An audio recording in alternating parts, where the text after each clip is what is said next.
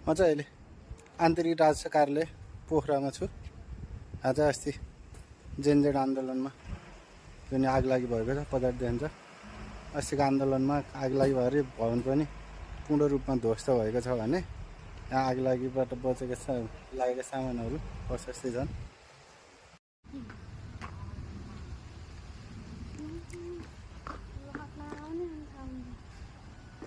खान लखेर जाँदैन। यो चाहिँ आन्तरिक राजस्व कार्यालय पोखरा। अस्ति जेनजेड आन्दोलनमा के अरे तोडफोड भयो, आगजनी भएको छ भने कार्यालयको सेवा चाहिँ साइडमा क्यान्टिन एरियाको भवनमा भएको छ। यहाँ चाहिँ अस्ति आगो लागेको मोटरसाइकलहरू सबै छ भने आन्तरिक राजस्व कार्यालय पोखराको अस्तिको आन्दोलनमा भएको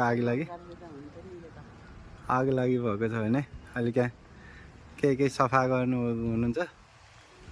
बिस्तारै यो फेरि पुरानै स्वरूपमा फर्किँदैछ भने कार्यालय चाहिँ अहिले यो सानो बिल्डिङमा पहिला क्यान्टिन भएको बिल्डिङबाट काम सुचारू भइरहेको छ।